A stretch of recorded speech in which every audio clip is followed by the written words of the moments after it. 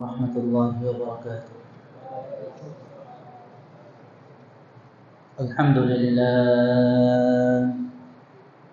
الحمد لله رب العالمين، والصلاة والسلام على سيد الأنبياء والمرسلين وعلى آله وأصحابه أجمعين ومن تبعهم بإحسان إلى يوم الدين. أما بعد، فأعوذ بالله من الشيطان الرجيم. بسم الله الرحمن الرحيم. وقرن في بيوتكن ولا تبرجن تبرج الجاهلية الأولى، إن الله وملائكته يصلون على النبي يا أيها الذين آمنوا صلوا عليه وسلموا تسليما. اللهم صل على محمد وعلى آل محمد كما صليت على إبراهيم وعلى آل إبراهيم إنك حميد مجيد.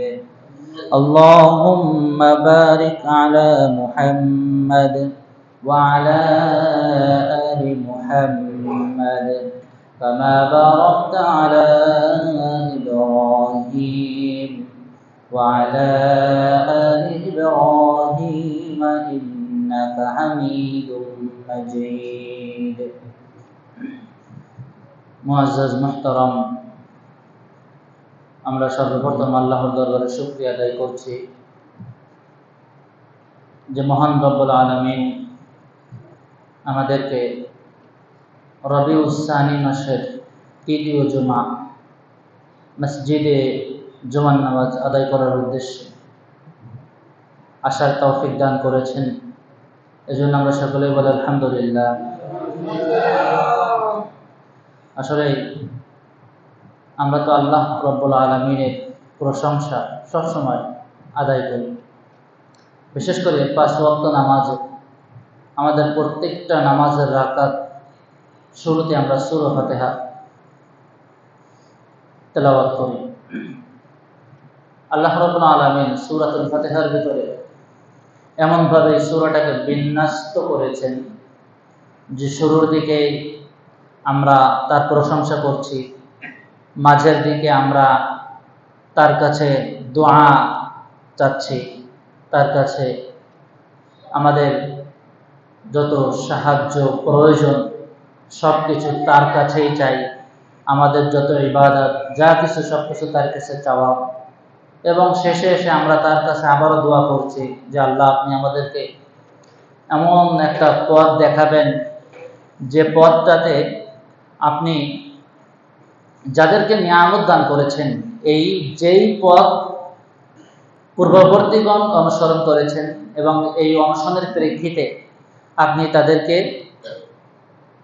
নিয়ামত দান করেছেন, কিন্তু আবার এমন পথ দেখাবেন না যেই পথটাই আপনার ক্রোধ রয়েছে, যেই পথটায় পথভ্রষ্টতা রয়েছে।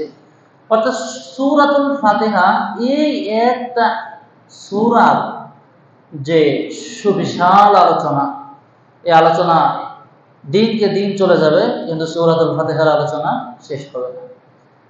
তো যে কথা বলতেছিলাম যে আল্লাহ রাব্বুল আলামিনের কাছে আমরা প্রত্যেক নামাজের রাকাতে আমরা বলছি যে আপনি আমাদেরকে সরল সঠিক পথ দেখাবেন, কোন বক্রতা যুক্ত পথ, যেই পথে আল্লাহর ক্রোধ রয়েছে, যেই পথে আল্লাহর রহমত নাই, এই সমস্ত পথ আমাদেরকে দেখাবেন না।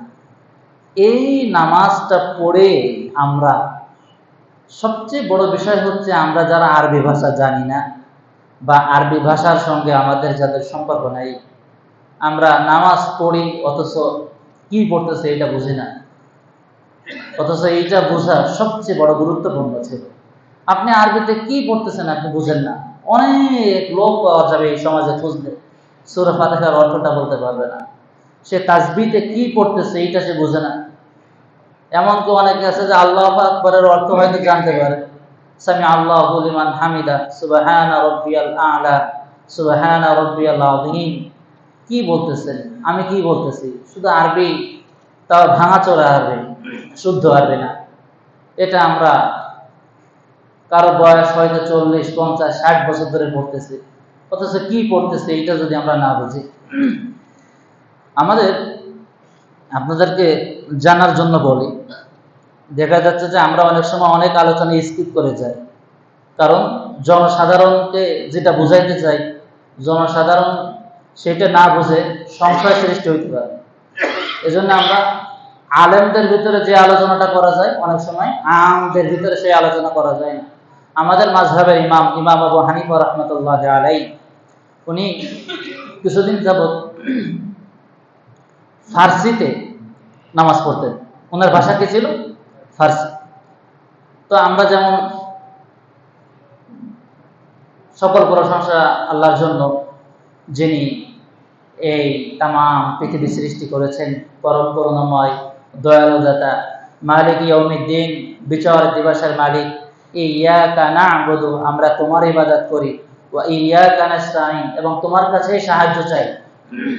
এই যেভাবে বাংলা বলতেছি, উনি আরবির বদলে ফার্সিতে তেলাওয়াত করতেন। তো এইটা কখন সম্ভব? মানে উনি আল্লাহর সঙ্গে নামাজের মাধ্যমে, বিশেষ করে আল্লাহর কাছে সবচেয়ে নিকটবর্তী হওয়ার মাধ্যম হচ্ছে সাজদা। সাজদার মাধ্যমে বান্দা সবচেয়ে বেশি নিকটবর্তী হয়। এই জন্য যার সাজদা যত সুন্দর, সাজদা মানে সেজদা, আরবিতে উচ্চারণ কি হবে? সাজেদা, আর বাংলায় সেজদা। তো যার সেজদা, আপনাদের ভাষায় বলে যার সিজদা যত সুন্দর, তার নামাজ তত সুন্দর। মানে সিজদায় যখন আপনি যাবেন তখন লম্বা সময় নিয়ে যাবেন, এরপরে যখন বসবেন তখন এই বসাটা কি সুন্নাহ, ওয়াজিব, নফল না ফরজ? দুই সিজদার মাঝখানে যে বসবেন এটা কি? ওয়াজিব। আলহামদুলিল্লাহ। মুনাফিকদের নামাজের একটা বিষয় হচ্ছে, মুনাফিকরা কিন্তু কখনো নিজ ইচ্ছায়, মানে আল্লাহকে রাজি খুশি করার জন্য নামাজ পড়ে না, সমাজের চাপে। মানে আরে নামাজ না পড়লে সমাজ কি বলবে, সমাজ থেকে মুসলমান হওয়ার কারণে আমি পরিচালিত যে সুযোগ সুবিধাগুলো গ্রহণ করতেছি, আমি যদি নামাজ না পড়ি তাহলে আমি হয়তো এই সুযোগ সুবিধাটা পাবো না। আপনি দেখেন, আলোচনা দেখা থেকে শুরু করলে আর এক জায়গায় চলে যাওয়া লাগে। এজন্য শ্রোতা মণ্ডলী আলোচনাটাকে খুব ভালোভাবে হৃদয়ঙ্গম করবেন, না হলে আপনি শুরুও বুঝবেন না, শেষও বুঝবেন না। তো যে কথা বলতেছিলাম, যে ইমাম আবু হানিফা রাহমাতুল্লাহ আলাইহি, উনি মানে আল্লাহর সঙ্গে সম্পর্কটা এমনভাবে স্থাপন করেছেন যে উনি আরবির বদলে ফার্সিতে নামাজ পড়া শুরু করেছেন। এখন আমাদের মাতৃভাষা কি? বাংলা। আমরা বাংলাতে যেভাবে অন্যের কথা বুঝতে পারি বা বলতে পারি, আমার ইংরেজি এবং আরবিতে যতই আমার দক্ষতা থাক না কেন, সবচেয়ে আমার বেশি মজা লাগবে আমার মাতৃভাষায় কথা বলার জন্য, ঠিক কিনা? তো এই জন্য ইমাম আবু হানিফা রাহমাতুল্লাহ আলাইহি একজন পৃথিবী বিখ্যাত, একজন সর্বশ্রেষ্ঠ পর্যায়ের আলেম। তিনি ফার্সিতে পড়া শুরু করেছেন। কেন? কারণ আরবির চেয়ে ওনার কাছে ফার্সিটাই কেমন জানি একটু বেশি ভালো লাগে। তো শেষ পর্যায়ে এইটা যেহেতু একটা গলত পদ্ধতি ছিল, ইনি এটা থেকে তওবা করেছেন, কারণ এই পদ্ধতিতে নামাজ পড়লে নামাজ হয় না। মাতৃভাষায় নামাজ পড়ার একমাত্র ভাষা হচ্ছে কি? আরবি। তো এই জন্য আমরা যদি আরবির পাশাপাশি বাংলাটা না বুঝি, তাহলে কিন্তু আমরা যত নামাজ পড়ি আর যত ইবাদত করি, ওই হুজুররা বারবার ওয়াজ করে যে ইবাদতের স্বাদ পেয়েছেন, নামাজের স্বাদ পেয়েছেন, আমি অর্থই বুঝি না, স্বাদটা পাবো কিভাবে? এই যারা আমরা ইংরেজি সাহিত্য কিংবা আরবি সাহিত্য পড়ি, একজন আরবি সাহিত্য এবং ইংরেজি সাহিত্য মানে ইংরেজি এবং আরবি ভাষাটাই জানে না, যদি না জানে সে সাহিত্যের রসের যে মজা এটা বুঝবেন, সাহিত্য রসকে এটাই বুঝবে না। তো আমরা যখন নামাজ পড়ব আপনাদের প্রতি উদাত্ত আহ্বান থাকবে সূরা ফাতিহার অর্থটা বোঝা, যারা পড়তে পারে না যারা পড়তে পারে তাদের কাছে যাওয়া যে এই আয়াতের এই অর্থটা কি। নামাজে যখন আপনি দাঁড়াবেন তখন ওই অর্থের প্রতি খেয়াল করবেন যে আলহামদুলিল্লাহ বলতেছে এটাদের অর্থ কি, সুবহান রাব্বিয়াল আলা এটাদের অর্থ কি, তাশাহুদ পড়তেছে আত-তাহিয়াতু লিল্লাহ এটার অর্থ কি, আল্লাহুম্মা সাল্লি আলা মুহাম্মাদ এটার অর্থ কি, আল্লাহুম্মা ইন্নী যালামতু নাফসি দুআয়ে মাহতুরা এটার অর্থ কি, দুআয়ে কুনুত আল্লাহুম্মা ইন্না নাস্তাঈনুকা এটার অর্থ কি। এইভাবে যখন আপনার পুরো নামাজটাই আপনি বাংলায় ট্রান্সলেট করতে পারবেন তখনই আপনি প্রকৃত একটা স্বাদ, অমেয় একটা স্বাদ আপনি আস্বাদন করতে পারবেন। আল্লাহ রাব্বুল আলামিন আমাদেরকে নামাজ সংশ্লিষ্ট সকল আরবির অর্থ জানার তৌফিক দান করুন, বলেন আমিন। মুহতারাম হাজিরিন, তো আমরা যে কথা বলতেছিলাম আল্লাহর কাছে বলতেছে যে আল্লাহ আপনি আমাদেরকে ওই বান্দাদের পথ দেখান যেই বান্দাদেরকে আপনি নিয়ামত দান করেছিলেন। কিন্তু আমরা দেখেন নামাজটা পড়েই এর পরে আল্লাহ যে পথকে প্রধান্বিত করেছেন, যে পথের মানুষদের উপর অভিশাপ দিয়েছেন, আমরা সেই পথটাই আঁকড়ে ধরি। এর কারণ কি? কারণ আমি যে আরবি বলতেছে এই আরবির অর্থই বুঝি না। আল্লাহর কাছে বলতেছে যে আল্লাহ আপনি এই পুকুর থেকে আমাকে নাজাত দান করেন, এই পুকুরে অনেক দুর্গন্ধ, এই দুর্গন্ধের কারণে বাসায় থাকা যাচ্ছে না, রাস্তা দিয়ে হাঁটা যাচ্ছে না। এই সব দোয়া টোয়া করার পরে এরপরে দুপুর টাইমে আমি আবার ওই পচা পুকুরে কি করতেছি, গোসল করতেছি। এইটা যেমন একটা খারাপ বিষয়, ডাবল স্ট্যান্ডার্ড, ঠিক তেমনি ভাবে আমরা নামাজ পড়ার কারণে শয়তানের পথকে আঁকড়ে ধরা, শয়তান আমাদেরকে যেভাবে যেভাবে খুঁচায় আমরা ওই খুঁচা খেয়ে ওইভাবে চলা, এইটা হচ্ছে আমাদের সমাজের চলমান বাস্তবতা। এই দেখেন আমরা শয়তানকে এত ভালোবাসি, আমরা আসলে বলি যে আমরা শয়তানকে ভালোবাসি না, বাস্তবে আমরা কিন্তু শয়তানকে নিজের অজান্তে অনেক বেশি ভালোবাসি। দেখেন 2 খণ্ডের একটা কিতাব আছে নেক্সট শুরুতে শয়তানের ধোঁকা, মানে শয়তান যে নেক্সট শুরুতেও ধোঁকা দিতে পারে এটা আমরা জানি না, বুঝি না। মুহতারাম হাজিরিন, কোরআনুল কারীমের ভিতরে আল্লাহ রাব্বুল আলামিন শয়তান সম্পর্কে আমাদেরকে কিছু জানায় দিতেছে। وقال الشيطان لما قضي الأمر إن الله وعدكم وعد الحق ووعدتكم فأخلفتكم وما كان لي عليكم من سلطان إلا أن دعوتكم فاستجبتم لي فلا تلوموني ولوموا أنفسكم ما أنا بمصرخكم وما أنتم بمصرخي। আয়াতের তরজমা হচ্ছে, একসঙ্গে ব্যাখ্যামূলক একটা তরজমা বলে দিই বুঝতে সহজ হবে। আমাদের যখন আমরা তো মূল কথা হচ্ছে আমরা কি বুঝি না, যদি না বুঝি তাহলে এক বিষয়, আর একটা হচ্ছে বুঝেও না বুঝার ভান করা। ঘুমান্ত ব্যক্তিকে জাগানো যায়, কিন্তু যিনি ঘুমের ভান করে রয়েছেন তাকে কি জাগানো যাবে? কিন্তু আমি এই বিষয়টা আমি বুঝতেই পারি না যে আমরা কি আসলে ঘুমান্ত নাকি ঘুমের ভান করে জাগ্রত।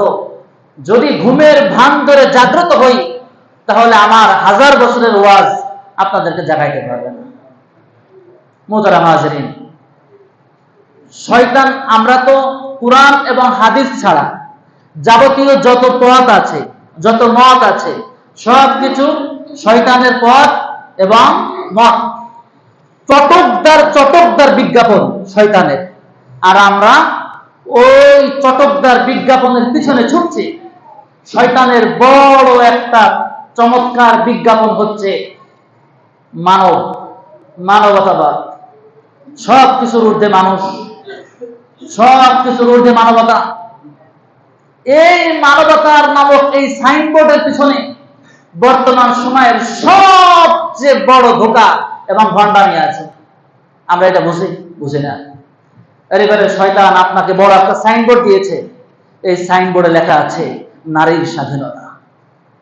এই আধুনিক এই 2024 সালে এসে নারীর স্বাধীনতা থাকবে না, যারা নারীর স্বাধীনতায় বিশ্বাসী না, এই সমস্ত মোল্লাদেরকে আমরা পাছায় লাথি মারতে চাই। সুতরাং নারী রাস্তায় থাকবে, নারী হাসপাতালে থাকবে, নারী মসজিদের ইমামতি করবে, নারী রাষ্ট্র চালাবে, নারী এটা করবে, নারী সেটা করবে, যেটাই বিরোধিতা করবে। সুতরাং মোল্লা তুমি ভালো হয়ে যাও, মধ্যযুগের তোমার ওই ধর্ম এই আধুনিক সভ্যতায় চলবে না। বিশাল সাইনবোর্ড, আমরা ছুটছি। আসলেই তো এই 24 সালে এসে মহিলারা কেন ঘরে থাকবে? এই 24 সালে এসে কেন মহিলারা পুরুষের ইনকাম খাবে? কেন পুরুষের দাস হিসেবে মহিলারা ঘরের ভিতরে আবদ্ধ থাকবে? মহিলাদেরকে বের করতে হবে। আপনি বলতেছেন হ্যাঁ আমরা নারীর স্বাধীনতায় বিশ্বাস। মোহতারাম হাজেরিন, আমি যখন মানবতা নামের এক সাইনবোর্ডের পিছনে ছুটছি, এই ছুটার অর্থ হলো ইসলামে মানবতা নাই। ইসলামে মানবতা না থাকার কারণে আমি মানবতার আরেকটা সাইনবোর্ড খুলছি। এখন যদি ইসলামের ভিতরে মানবতা না থাকে, ইসলামের ভিতরে যদি নারীর স্বাধীনতা না থাকে, ইসলাম থেকে বের হয়ে মানবতা খোঁজার নাম, ইসলাম থেকে বের হয়ে নারীর স্বাধীনতা খোঁজার নাম হচ্ছে আমি দিন থেকে খারেজ হয়ে, দিনের পথ থেকে বের হয়ে শয়তানের পথে চলছি। ইসলামে নারীর স্বাধীনতা আছে না নাই? আছে। ইসলামে মানবতা আছে, আছে। দেখেন, বলবেন যে ওই লোকটা যদি ভালো না হইতো তাহলে এত কোটি কোটি মানুষ, লাখ লাখ মানুষ ওই লোকের কাছে আসে কেন? পৃথিবীতে সবসময় শয়তানের দলটা বড় দল। শয়তানের দল কি সবসময় বড়। আপনারা দেখবেন উকাজ মেলা, এই পৃথিবীতে মুসলমানদের জীবন যাপনের জন্য এমন কোনো বিষয় নাই, এমন কোনো দিক নাই যেই বিষয় এবং দিক সম্পর্কে কোরআন হাদিস সমাধান দেয়নি। সুতরাং কোরআন এবং হাদিসের সমাধান আপনার পছন্দ হচ্ছে না, এই কারণে আপনি ইসলামের ভিতরের মানবতা বাদ দিয়ে সকল ধর্মের ঊর্ধ্বে মানবতা, ইসলাম এই কথা বলে না। সবকিছুর ঊর্ধ্বে নারীর স্বাধীনতা, ইসলাম এই কথা স্বীকার করে না। ইসলাম কিন্তু খুব বড় রকম ধর্মপ্রাণ, মানে আমাদেরকে মানুষ মৌলবাদী এমনি এমনি বলে না। কারণ ইসলাম একমাত্র ধর্ম যেই ধর্ম পৃথিবীর কারো সমালোচনা সহ্য করে না। ইসলাম একমাত্র ধর্ম যে ইসলাম যে ব্যাখ্যা দিয়েছে, এই ব্যাখ্যা ছাড়া পৃথিবীর কোনো ব্যাখ্যা ইসলাম মানে না। সুতরাং ইসলাম ইসলামের জায়গায়, ইসলামকে ইসলামের মতো করে বুঝতে হবে। ইসলামকে সেকুলারিজম, ডেমোক্রেসি, আধুনিকতার নাম দিয়ে ইসলামকে বোঝা যাবে না। যদি বুঝতে চাই তাহলে এইটা হবে শয়তানের বোঝা। এটা কি হবে? শয়তানের বোঝা। যে আলোচনা চলতেছিলাম, আইয়ামে জাহিলিয়ার যুগে উকাজ মেলা ছিল। মক্কা শরীফ থেকে একটু দূরে এই উকাজ মেলা অনুষ্ঠিত হতো। আমি কিন্তু আপনারা হয়তো জানতে পারেন বা বুঝতে পারেন যে হুজুর মনে হয় ইসলামী বিশ্ববিদ্যালয়ে পড়ে, মনে হয় কোরআন হাদিস পড়ে। আমার মূল সাবজেক্ট কিন্তু আরবি সাহিত্য, অ্যারাবিক লিটারেচার। কোরআন হাদিস পড়ি অল্প, সাহিত্য বেশি পড়ি। সাবা আল মুআল্লাকা, এইটা হচ্ছে আরবি সাহিত্যের বিখ্যাত কবিতা। এই কবিতাগুলো রচনা করা হতো এবং উকাজ মেলায় এই কবিতা পাঠ করা হতো। হাজার হাজার কবিতার ভিতর থেকে যেই 7টা কবিতা প্রথম স্থান লাভ করত, এই 7টা কবিতাকে কাবা শরীফে ঝুলাই দেওয়া হতো।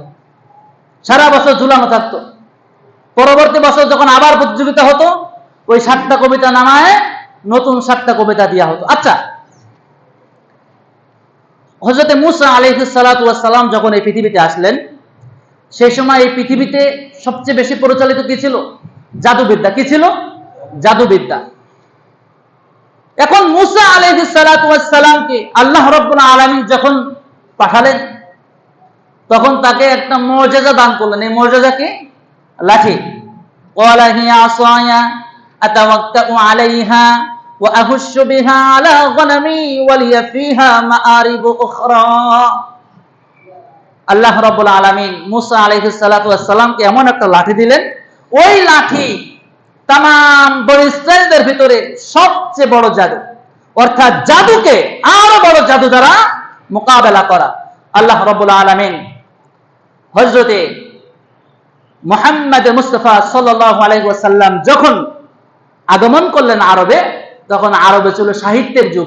কিসের যুগ ছিল? সাহিত্যের যুগ।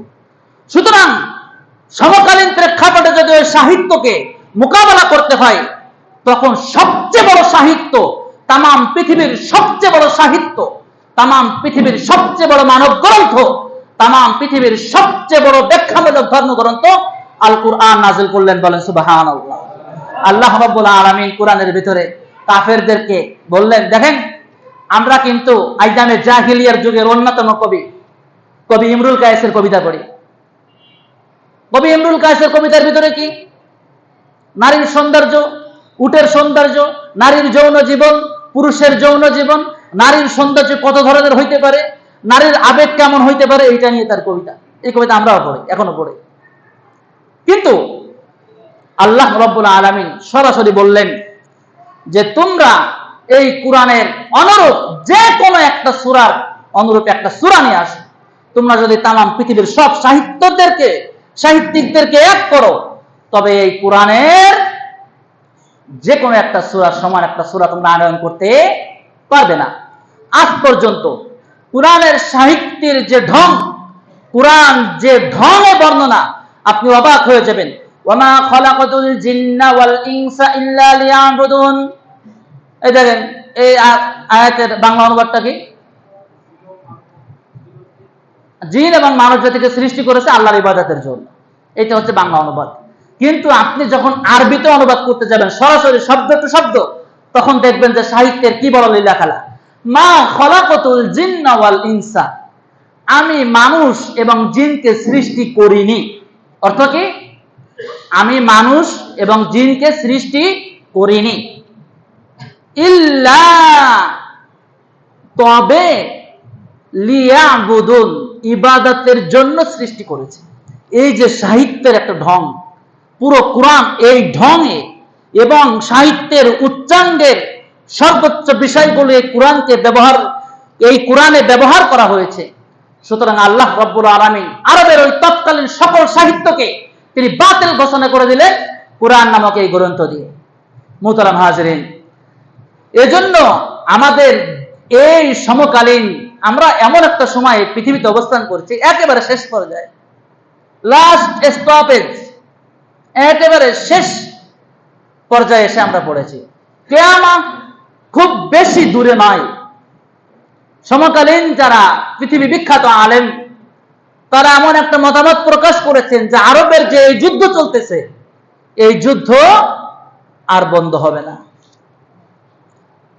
তো এই জন্য সমকালীন যতগুলো ফিতনা ফাসাদের বিষয় আছে, যতগুলো তাগুতি শক্তি আছে, এই শক্তি সম্পর্কে আমাদেরকে ধারণা রাখতে হবে। তা না হইলে আমরা শয়তানের পথে চলতে থাকবো, বুঝতে পারবো না। এমনকি শয়তানের পথে চলার পরে আমাদের এমন একটা বিষয় কাজ করবে যে আমি যে পথে আছি এই পথই সত্য পথ, আর যা আছে সব গোমরাহি। মুহতারাম হাজিরিন,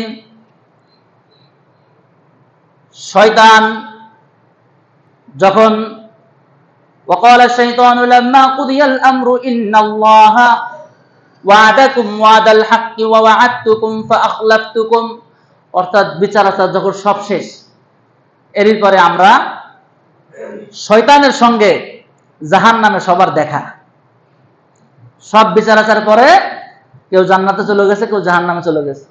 শয়তান জান্নাতে না জাহান্নামে? জান্নাতে যাওয়ার সুযোগ আছে?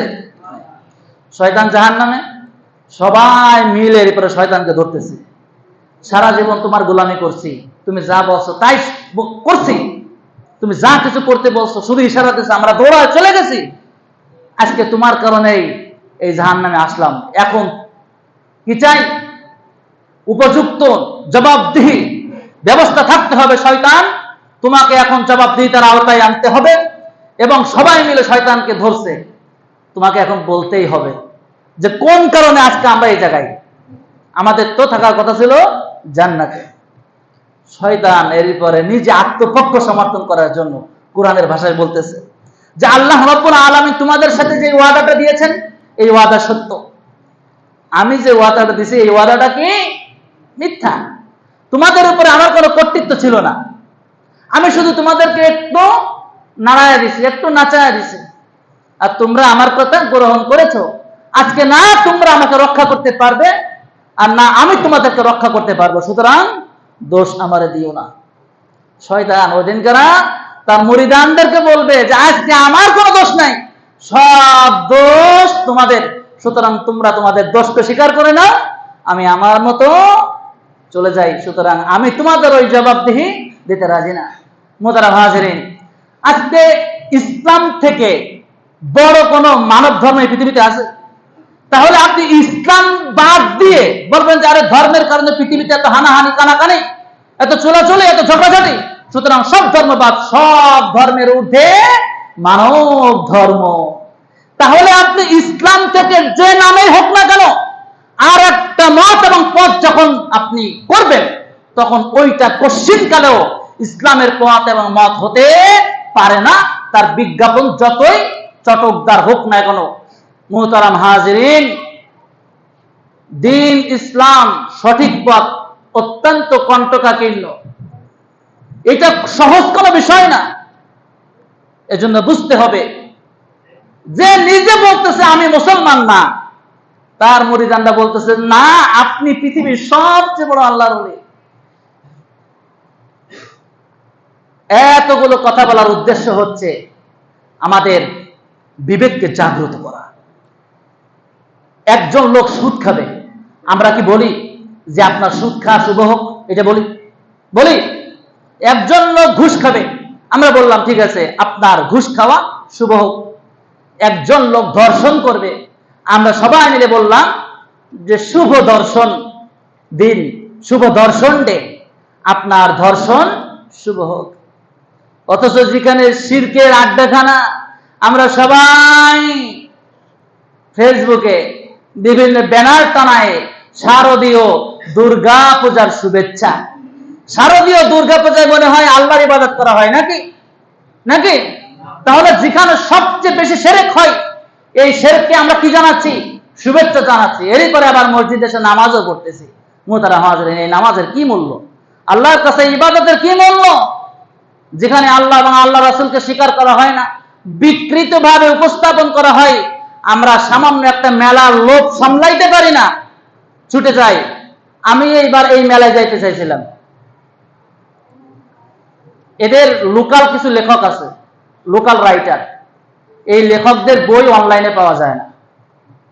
আমি এদের নিয়ে একটু কাজ করতেছি, একটু গবেষণা করতেছি, কিছু বই আমার প্রয়োজন ছিল, কিন্তু ওই যে দুর্গন্ধ, আগরবাতির যে ঘ্রাণ, এই ঘ্রাণ আমি সহ্য করতে পারবো না, এই কারণে আমি যাইনি। প্রয়োজনে কোনো পরে একদিন যে ওদের যে অফিস আছে ওই অফিস থেকে আমি বই সংগ্রহ করবো, কিন্তু আমি যাব না।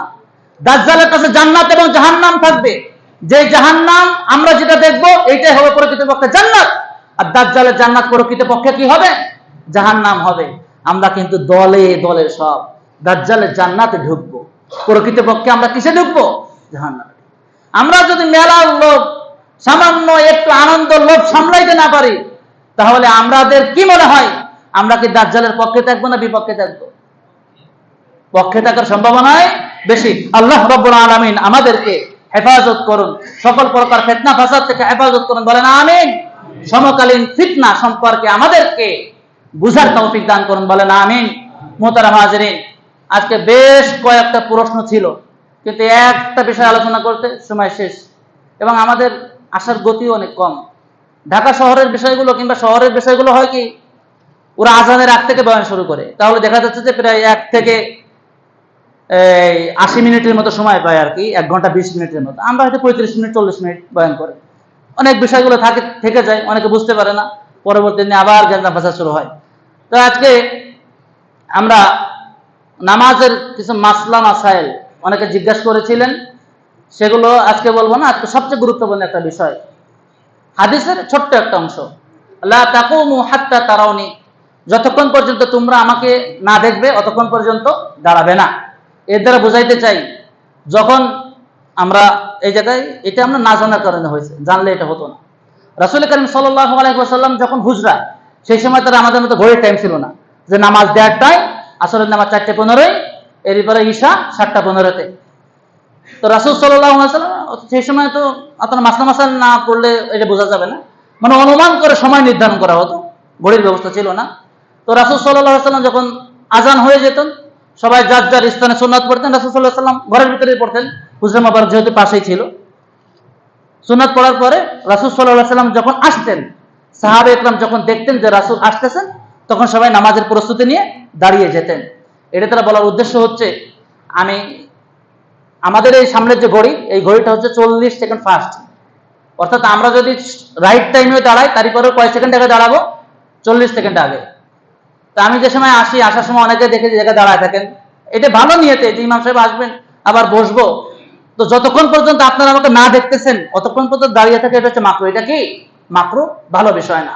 মসজিদে যখন ঢুকবেন সঙ্গে সঙ্গে বসে যাবেন। এরপর আমাদের যেহেতু একটা রাইট টাইম আছে, এজন্য নিয়ম কি, সবাই বসে থাকা, যখন টাইম হবে ইমাম সাহেব সামনে বা উঠবেন, উঠার সঙ্গে সঙ্গে আপনারা সবাই উঠে কাটা সোজা করবেন। কিন্তু একেবারে ইমাম আসার আগেই ইমামের কোনো খোঁজ নাই, দেখা যাচ্ছে যে মানুষজন সবাই দাঁড়ায় আছেন, এই জিনিসটা কি করা যাবে? এই জিনিসটা করা যাবে না। আল্লাহ রাব্বুল আলামিন আজ থেকে এই বিষয়ের উপরে আমাদেরকে আমল করার তৌফিক দান করুক। আরো অনেক প্রশ্ন ছিল, বিশেষ করে মাসবুকের বিষয়। শেষ বৈঠকে মনে করেন যে আমরা 1 রাকাত নামাজ পাই নাই, 4 রাকাত বিশিষ্ট নামাজ কিংবা 2 রাকাত বিশিষ্ট নামাজে শেষ বৈঠকে আমরা কি পড়বো? শেষ বৈঠকটা আমরা পেয়েছি, কি পড়বো? তাশাহুদ, আর শুধু তাশাহুদ পড়বো। আলহামদুলিল্লাহ, এটা কিন্তু অনেকে জানেন না, শুধু তাশাহুদ পড়তে হবে অনেক লম্বা সময় নিয়ে, আস্তে আস্তে। এরপর যখন নামাজ শেষ, সালাম ফিরাবেন, ইমাম সাহেবের সঙ্গে সালাম ফিরাই দিবেন নাকি? সালাম ফিরানো যাবে না। যদি ইমাম সাহেবের সঙ্গে সঙ্গে কিংবা আগে সালাম ফিরানো হয়ে গেছে, এরপর হঠাৎ করে মনে পড়ছে যে না, আপনার তো নামাজে দাঁড়াইতে হবে, তখন আপনি নামাজে দাঁড়ায় যাবেন, নামাজ শেষ করবেন, সিজদাতুন সাহবুন, মানে সাহু সিজদা দেওয়া লাগবে না। যদি ইমাম সাহেবের পরে আপনি সালাম ফিরান, তাহলে সাহু সিজদা দিতে হবে। আর যদি ইচ্ছাকৃতভাবে সালাম ফিরান ইমাম সাহেবের সঙ্গে, তাহলে নামাজ আবার নতুন করে পড়তে হবে। নামাজ মাসবুক যখন হয়ে যাবেন, ছুটে যাবে নামাজ, তখন নিয়ম হচ্ছে যে রাকাত আগে ছুটছে সেই রাকাত আগে পড়া। অনেকে আছে দেখা যাচ্ছে যে সে 3 রাকাত পায় নাই, শেষ রাকাত পাইছে, এরপরে সে 3 নাম্বার রাকাত, 2 নাম্বার রাকাত, এরপর 1 নাম্বার রাকাত পড়ে। নিয়ম হচ্ছে কি, আগে ছুটছে কোন নাম্বার রাকাত? 1 নাম্বার রাকাত। কোন রাকাত? 1 নাম্বার রাকাত। আগে ছুটছে যেটা, সেটা আগে পড়তে হবে। এটা হচ্ছে উসুল, আপনারা এটা আগ থেকে পড়ে নেবেন। এরপরে হচ্ছে গায়ে হলুদের মাসালা, এটাও একজন মনে জিজ্ঞেস করেছিলেন। গায়ে হলুদ এটা হিন্দুদের থেকে আগত একটা অনুষ্ঠান, এটা মুসলিমদের অনুষ্ঠান না। রাসূল সাল্লাল্লাহু আলাইহি ওয়াসাল্লামের স্ত্রীদের গায়ে হলুদ হয় নাই, সাহাবা ইকরামদের যুগে গায়ে হলুদ হয় নাই, তাবেঈন, তাবেঈন, খোলাফায়ে রাশিদিন, আইম্মায়ে মুতাকাদ্দিমিন, মুতাআখিরিনদের যুগে গায়ে হলুদের কোনো অনুষ্ঠান ছিল না। বর্তমান আরবে গায়ে হলুদের কোনো অনুষ্ঠান নাই। হিন্দুদের গায়ে হলুদের অনুষ্ঠান, আমরা যেহেতু এই অঞ্চলে হিন্দু প্রভাবিত এলাকা ছিল, আমরা সেই থেকে তাদের দেখা দেখে এই অনুষ্ঠান লালন করি, পালন করি। আজ থেকে আমরা এটা বিবাহের সাথে সম্পৃক্ত কোনো অনুষ্ঠান না, এবং এটা বিধর্মীদের অনুষ্ঠান। মান তাশাব্বাহা বিকওমিন ফাহুয়া মিনহুম, যে ব্যক্তি যে ধর্মের অনুসরণ করবে, যে গোত্রের অনুসরণ করবে, যে জাতির অনুসরণ করবে, সে ওই জাতির বলে গণ্য হবে। আল্লাহ রাব্বুল আলামিন আমাদেরকে এই বিধর্মীয় অনুষ্ঠান থেকে হেফাজত করুক, এগুলো পালন না করার তৌফিক দান করুন, বলেন আমিন। সর্বশেষ গুরুত্বপূর্ণ একটা বিষয়, এটা বলতে চাইছিলাম না, এরপরে বলা প্রয়োজন, তা না হইলে সমস্যা থাকে অনেক সময়।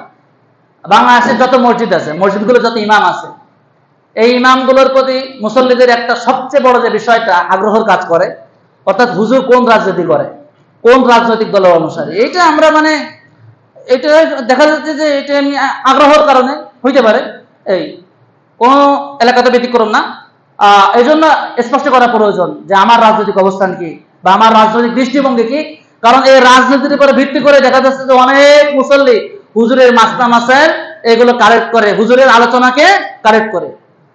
বর্তমান বাংলাদেশের অতি ডান, অতি বাম, ইসলামিক, অন ইসলামিক, ডান বাম, আস্তিক নাস্তিক প্রচারিত যতগুলো রাজনৈতিক দল আছে, কোন রাজনৈতিক দলের সঙ্গে আমার সাংগঠনিক কোনো সম্পর্ক নাই। আবার বললাম, বর্তমানে ইসলামিক কিংবা ইসলামিক যতগুলো প্রচলিত রাজনৈতিক দল আছে, কোন রাজনৈতিক দলের সঙ্গে আমার সাংগঠনিক ন্যূনতম কোনো সম্পর্ক নাই। আল্লাহ রাব্বুল আলামিন আমাদেরকে আজকে যা কিছু বললাম শুনলাম সর্বপ্রথম বুঝে তারপর আমল করার তৌফিক দান করুন, আমিন। ওয়া আখিরু দাওয়ানা আলহামদুলিল্লাহি রাব্বিল আলামিন। যারা সুন্নাত পড়েন